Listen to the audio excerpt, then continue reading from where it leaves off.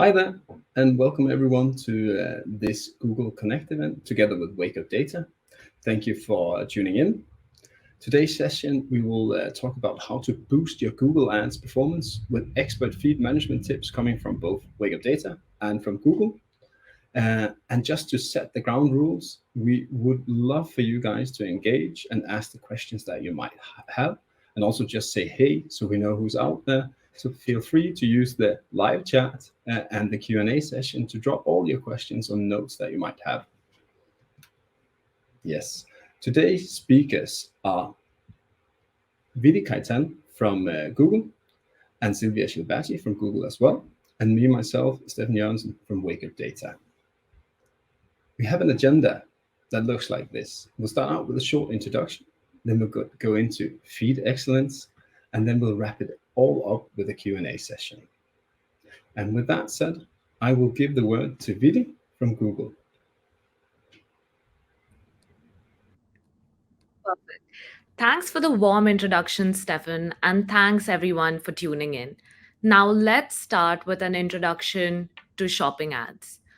What do we mean by shopping ads? Well, when shoppers search for products on Google, they can see relevant shopping ads from many stores.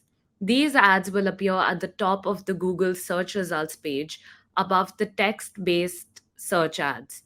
Shopping ads are highly impactful as they show a lot of information right up front, including the image of the product, price, brand name, and can even show reviews.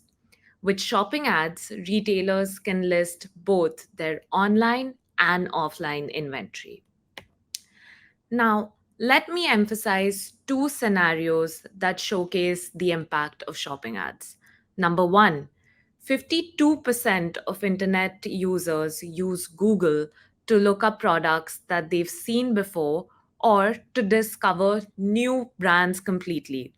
This is known as the consideration phase, and the wealth of information shown by shopping ads can help you to grab a potential customer's attention and influence their buying decisions. And the second scenario, 63% of internet users use Google to look up products that they intend to purchase online or at a local store at some later point. Being present when a shopper has already made up their mind so that they can complete their purchase journey, and this reduces the chance of a last minute change of mind. So you see, it's very important to just be present at the right time. Now, let me circle back to my first slide, where you might have noticed the term CSS, similarly, like the picture on the right. Now, when we refer to CSSs, what do we mean? As of 2017, if retailers wish to participate in shopping ads in countries where the CSS program is available, which is across the European Economic Area, Switzerland, and the UK, a merchant must be represented by a comparison shopping service, also known as a CSS. Merchants can choose to partner with any CSS that they wish. While there are different types of CSSs with different charging models to choose from, all comparison shopping services compete for the ad space equally. No ad space is reserved, and each CSS can enter into any shopping ad auction. They are all governed by the same shopping ad auction rules as everyone else. Now, you might be thinking, where can you find a CSS partner? So, you can find a database of Google partner CSSs on our comparison shopping service partnerships page. This portal contains a profile detailing each CSS as well as lists their special skills and certifications. Here, you can choose from a multitude of different CSSs and select the best one that suits your needs. With that, I will hand over to you to Sylvia, our Google Advertising Solutions architect, working with WakeupData on feeds and all things technical. Thanks very much, Edie. When we talk about feed excellence at Google, we refer to maximizing the engagement across the shopping funnel. This means to minimize the drop-off in order to increase the value of your business. The shopping funnel starts with the total products, moves to the approved, then to the in-stock, out of those the targeted, to then get to the impressioned and clicked. Our goal is to minimize the drop-off from the approved products to the impressioned and clicked. We identify 4 main phases of the feed improvement journey. These 4 phases can be split into 2 blocks. The first, which includes phases 1 and 2, is where the majority of the effort is spent. The second, which includes phases 3 and 4, is where the majority of the value can be found. Now, phase 1 is to avoid account suspensions. This means to comply with the Google policy and data quality requirements in order to keep your account live. The second phase is to ensure that all products are live by reducing disapproval. This means to review the Google Merchant Center Diagnostic tab regularly to identify data quality issues. The third phase is to optimize the content. This means to improve the search relevance to deliver improved performance. And lastly, it's very important to differentiate. This means to attract customers by highlighting your unique value proposition. Aside from the product diagnostic tab, very powerful tools are the best sellers and the price competitiveness reports that can be found in Merchant Center. The best sellers report shows you the most popular products and brands used in shopping ads and free listings. These will allow you to, firstly, assess the category coverage in terms of top-selling products. Secondly, to optimize categories to rebalance coverage. Thirdly, to replace or benchmark products with substitutes or variants. And lastly, to increase visibility via shopping campaigns. The price competitiveness report shows how other retailers are pricing the same products that you sell and how price trends against a benchmark we group in by brand, category, and product types. This helps with 3 main tasks. First, with the bidding. Leverage price benchmarking reporting to raise your bids on products that are price competitive. Secondly, pricing. Use the price benchmark reporting as an input when making pricing decisions and setting merchandising strategy. This could include identifying products, product types, brands, or categories that are priced too high, or setting strategy for promotion or special offers. And lastly, to diagnose. You can troubleshoot the performance by understanding potential impact of price changes. So we have just seen the best sellers and the price competitiveness reports that are available in Merchant Center. Another very powerful tool for shopping ads is local inventory ads. 3 in 4 shoppers who began using click and collect during COVID want to continue. Omnichannel has become the consumer expectation as omnichannel shoppers represent 2.9 times more purchases and 2.3 times more spend than single channel shoppers. So how can you ensure that you're there when your digital customer is searching for your products? First, you should surface your in-store inventory on Google. Then you should enable an omni-channel experience.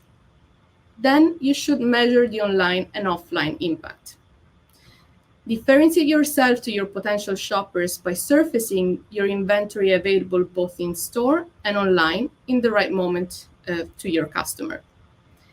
Leah, remember, it's a mobile-first and location-based ad format that helps you stand out.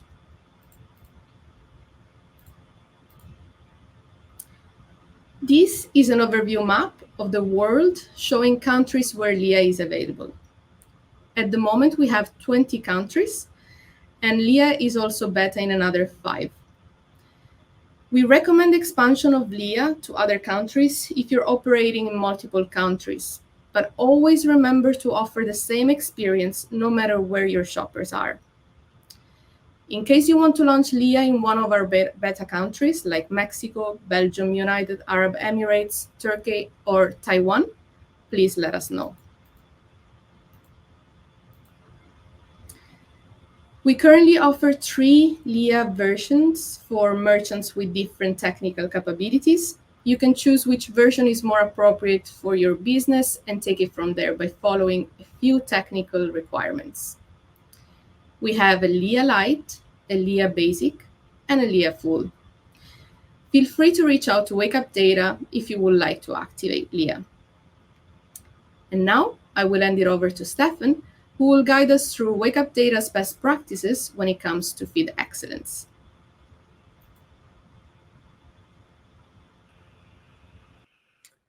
Yes, thank you very much, Sylvia, and hi again to everyone.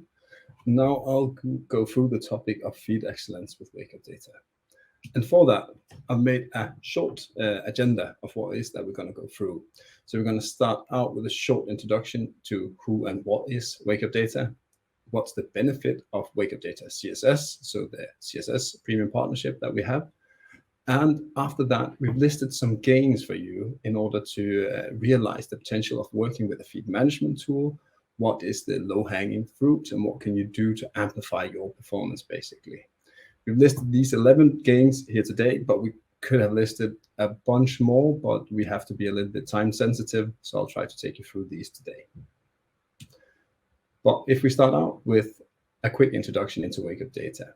WakeupData is an Aarhus-based scale-up with one mission in mind: to assist marketeers and digital agencies to perform even better by ensuring their digital ads are shown to the right people in the right places at the right time, with the use of feeds and feed management. We are so lucky to have our premium partnership on CSS through WakeupData CSS. And when choosing a CSS provider, there's also always something to keep in mind, or also always something to keep in mind. And that is, where do you want to serve your CSS ads? Which markets are relevant for you? Therefore, it's important for you to look into that specific CSS provider that you're considering and see which markets they actually are eligible in. For WakeupData, we have listed the markets down below here, where we're mainly focused in Europe, so to say. The next step that you need to keep in consideration when choosing a CSS provider is the business model of that specific CSS partner. Is it based on ad spend? Is it based on a conversion based? Is it a fixed fee, or is it included in a hybrid? At WakeupData and with WakeupData CSS, we offer our CSS membership free to all of our existing users. So that means that if you're using WakeupData today, there will be no additional fee for actually getting onto WakeupData CSS. If you want to only take advantage of the CSS, then there's a small fixed fee that helps you keep a neat overview, so it's easy to see how you're actually gaining traction with the CSS. Lastly, what you need to keep in mind is it a managed service, is it a self-service, or is it a hybrid model working in between? So how would you actually like your CSS ads to be handled for you? We at WakeupData is a combination of self-service, where we will help you switch and set it up for you, but running the campaigns and ads is something that we leave to experts, where we will focus merely on the feeds, basically. The last thing that I just want to highlight is that you're never set with a CSS provider. It doesn't necessarily have to be forever. You can always switch, as also was mentioned earlier. And this has become way more easy than it was earlier, where you today don't need to create a new Google Merchant Center sub account or anything. You can actually just request for a switch. And there's 2 ways of doing these switches. Either you can do a full switch, which require you to submit your feed, the Merchant Center ID, and the ads ID to your CSS provider. Or you can do an associated switch, which only requires you to submit the Merchant Center ID and the name of the specific account. Your CSS provider will always know what solution is best or applicable in your case, so to say. And before jumping into the gains, we've just dragged some numbers from our CSS Center to highlight why Feed optimization, feed management goes so well hand in hand with talking about CSS, because our CSS center shows us the opportunities that lies for the the customers who's on our CSS platform, with the opportunities of estimated weekly clicks that could be enhanced by just addressing some of the low-hanging fruits that we see here. And all of these are something that can be enabled through feed optimization. So if we look at the first one, we can see that 8 accounts could actually increase clicks with more than 5,000 if they were just to add shipping information to the Merchant Center. And that, of course, can be done in Google Merchant Center, but can also be addressed in your feed. Then there's 15 accounts that could gain more than 3,300 clicks by uploading a new image, by selecting a new image to add to the Google Merchant Center, because they're submitting images with promotional overlay. Easy to address with the feed management tool as well. And just to take a last point here, we'll see 20 accounts almost gaining 2,000 clicks a week by serving the right landing page for that product, meaning that almost 2,000, meaning that 20 accounts is actually serving product pages that are not eligible or not working correctly for that product. So addressing this could amplify that performance. These are some smaller numbers, but it's just to show how easy it is to get started with optimizing your feed and making sure you keep good maintenance through a feed management tool, for example. Then on to the gains. And if we start out with the first one, it's enriching product information sent to channels. And why is this exactly important? It's important because that actually allows you to reach the right potential customers in an effective way and in the right way, so to say. So if you're sending products that has a lot of variance, for example, it can be hard for a search engine to differentiate between which products to show. But if you make sure to underline your products and specify where it is they want to be shown. So if you're selling a t-shirt in a certain size, in a certain color, of a certain brand, maybe of a certain material as well, then you make sure to highlight this.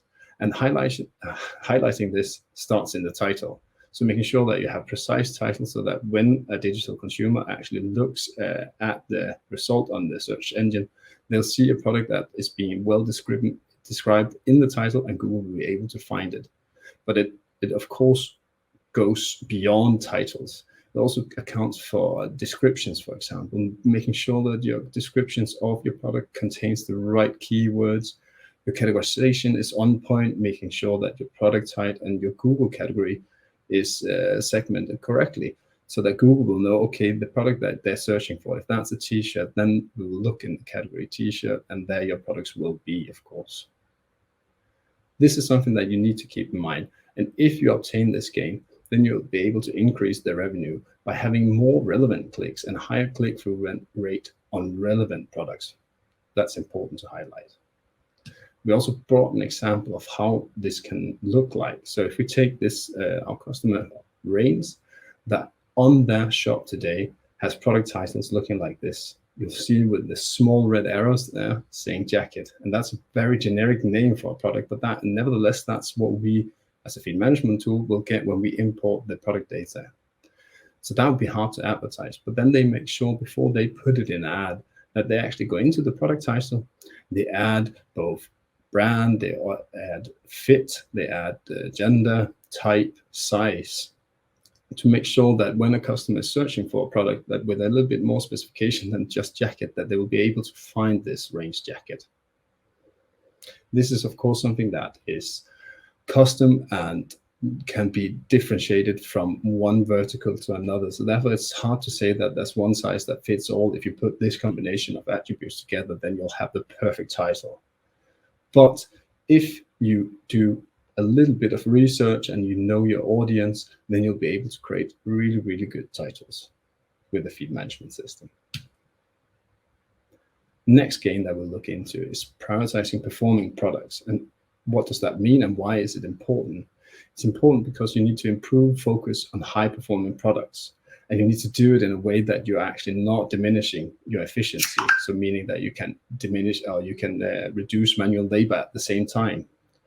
Because a scenario like this, improving your focus on high performing products could look like something that you're sitting at your laptop and looking into analytics to see, okay, which products are actually performing well, which are performing bad.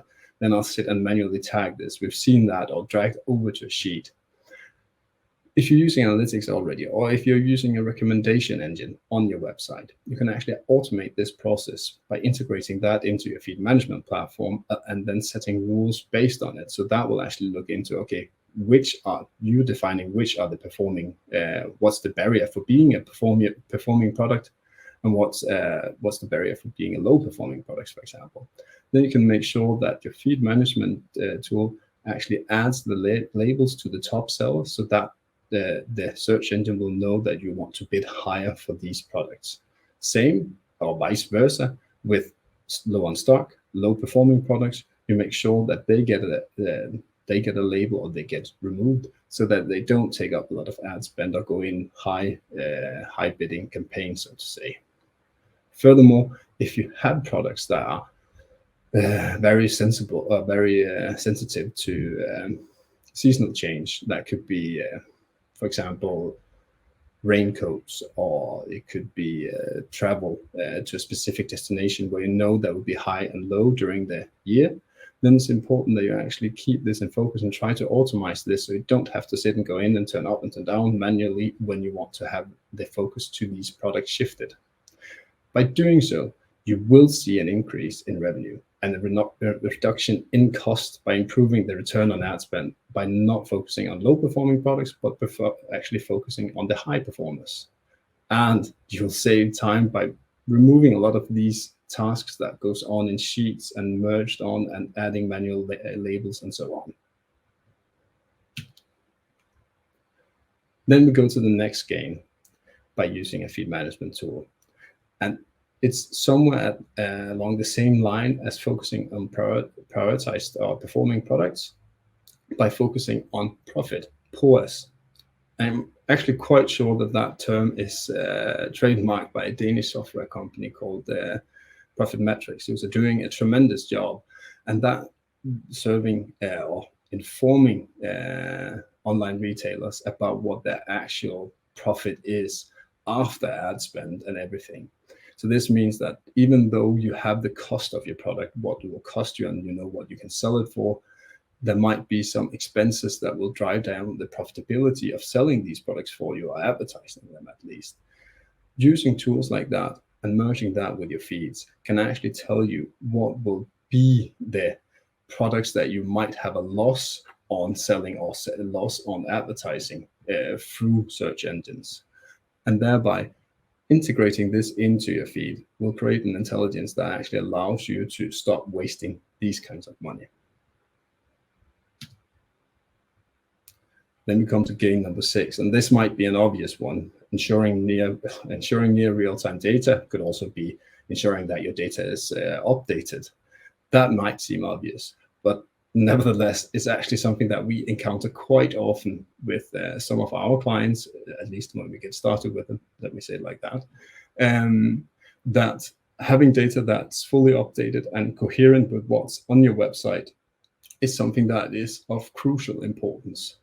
And it might be different from case to case. What does near real-time data actually mean? In the sense that you can stay coherent with your website, you're actually quite far along, so to say.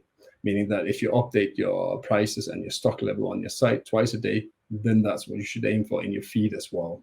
However, if you're doing it more aggressively, make sure that your feed will update at the same speed, because it's important. Otherwise, you'll risk serving potential customers with bad experience, in the sense that they can click into a product that's not on stock, or it's not the price that they saw advertised. You can also end up being rejected in GMC for having miscoherence between products in your feed out on Google Shopping and what you have on your website. And there's several ways how you can address this. You can increase the frequency with which it updates in your feed management tool. You can also, if you have a larger set of products, meaning you have a big product portfolio, it might be very, cost heavy for you to update prices and stock and everything at several times a day. But then you can do delta merges or delta updates, where you only update changes, and that only happens on the attributes that's actually experiencing changes. So that means title, description, images that might not shift that aggressively, but prices and stock level does. Then you make sure you only update those. And then you integrate the delta file into your feed, making sure that your feed stays coherent that way. The last way that you can address it is using a scrape on top of your feed, meaning that when you import your product data, you will have a scraper that goes to every product page that you have, look at the price, look at the stock level, and scrape it, so that you make sure that it's the exact same thing that is on your website, that will be in your feed, that will be out in your channels, thereby diminishing the risk of being rejected or having incoherent data. Then we come to gain number 7, and it says feed-based Google search ad. And what does that actually mean? That, and why is it important? By that is meant that you can actually create Google search ads through your feed, meaning it's feed-based text ads. We call it a WakeupData, where you will be able to generate high-intent traffic and avoid wasted spend on ads. And you'll save tremendously a lot of time by creating ads for relevant products in this way. You'll do it by actually taking your product feed with your product attributes, generating ads based on the data that's in the attributes, meaning your title, your price, and so on, together with static text where you combine it, and rules, enriching it, saying that, for example, creates a compelling ad that says that you can buy this product at this from this brand at this price, and it stays up to date because it updates with the same frequencies as your feed. Furthermore, you can then allocate it into the different campaigns that you want, setting it up with the structure that fits you, setting ad groups, generating different ad templates for different categories maybe. And you can even set negative and positive keywords to avoid cannibalizing on your generic brand ads, for example, if you're running that on the side. And for these more specific and granular ad types created through your product feed, you'll be able to target a little bit more niche. And in that way, you can take up a wider spectrum of the search engine results, so to say. So you're both covering your shopping, but you're also generating very specific product ads. Then we jump into something that Sylvia has already addressed a little bit, and something that we are also very, very big fans of here at WakeupData, and that's utilizing your feeds for generating local inventory ads on Google. And why is that something that we're very, very interested in? It's because we've seen tremendous result with driving in-store traffic at a much lower cost for our customers than Google Shopping. And then you'll actually be able to support your physical stores with this online presence, telling them that there is a product that they're searching for available right next door or close to them. They can go down and look at it, feel it, see it, how it works. And that gives both a competitive edge compared to delivery cost, but also the fact that it's something that's online that's being brought very near the consumer there. The only thing that's important there is that you're actually able to generate this local inventory feed, or that you can show the local presence of your product is actually starting to be enough. But if you can generate a Google, a local inventory feed containing the price, the availability, the ID, and the location of these products, then a feed management system will easily help you set it up to your Google Merchant Center, being synced to your regular shopping feed. We actually did a case on this, and that's also one of the reasons why I'm so thrilled with this product, so to say. Because with our Norwegian client, we did a case where they, from January to August, ran shopping ads targeted at driving store visits from January to August. That generated around 1,500 store visits a month per average. But from September, they then enabled LIA until December, and that saw an increase of 142% on average each month, and that led to approximately 3,636 store visits per average a month. for this store utilizing VIA. So there we see a big difference already. If you want to know more about this, as Sylvia said, don't hesitate to reach out to WakeupData or to Google.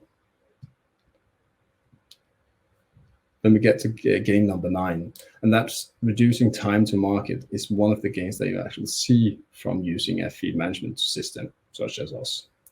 And why is that important? It's important because that will reduce the time spent on development and campaign setup. Because if you have your product feed and you have your data on point, you'll be fairly well on your way to setting up a new market, integrating with the different channels that you might be interested in there, and actually adjusting it to the local market. It's of course important to remember that not every market is the same, so the title that might work in one market might not be the best performing in another market, and so on with descriptions, categories, and etc. But with a feed management tool, you get high flexibility in how you want to adjust this. So you can change it on the go. You can do trial and error. You can split test images, descriptions, title to figure out which actually works best for that specific market. If you have troubles actually setting a feed up, creating it from the scratch, then you can have your feed management tool crawl the feed for you so that you have an initial data set to start with, generating it and optimizing it for that specific market.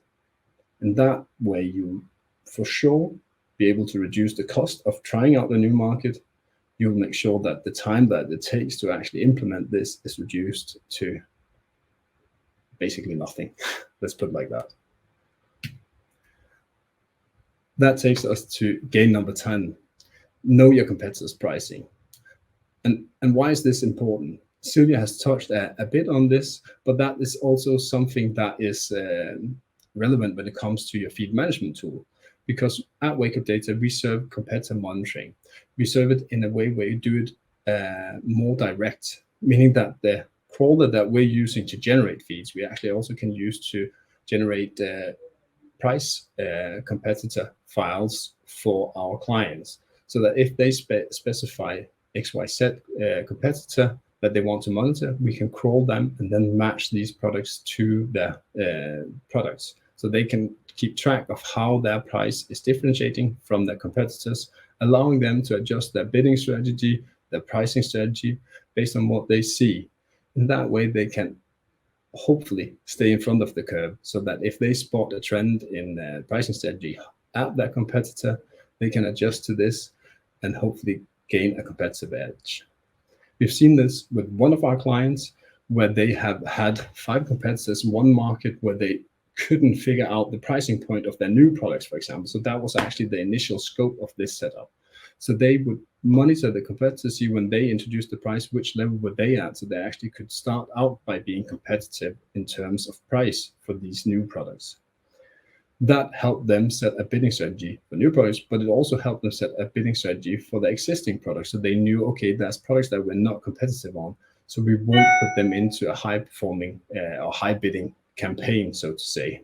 This is something that we help a lot of clients with, along with using other competitive tools or competitor monitoring tools to monitor how the price is actually evolving.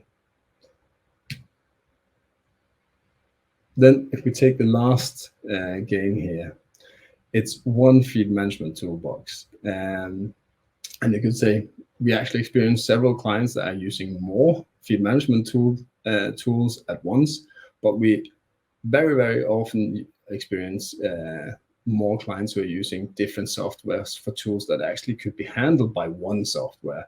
Because now I've already talked about competitor monitoring, I've talked about CSS, creating feed-based text ads, image transformation, etc. But a lot of these features are divided between different softwares. With feed management tools, you often get the enterprise level software for an affordable price, as it says in the bottom here. And that means that you actually can include both feed management, image transformation, competitor, price monitoring, dynamic search ads, etc. in one tool, and then keep the price down instead of paying for a lot of different softwares. So that's one of the biggest recommendations that we give to our customers. That's to do a thorough analysis of your tech stack today to see what could actually be merged together and amplify their performance in that way, as well as reducing the cost. I think that was my last game. So from this, we'll go on to the Q&A. Thank you, Stefan, for taking us through all things feeds. Just a reminder that our live chat feature is now on. So please feel free to write your questions, thoughts, or even say hi in the chat box on the right. You can also share your feedback with us. We will stay connected to answer any burning questions that you may have. In case of additional follow up questions, please feel free to reach out to the contact on the screen. And lastly, thank you everyone for joining in today.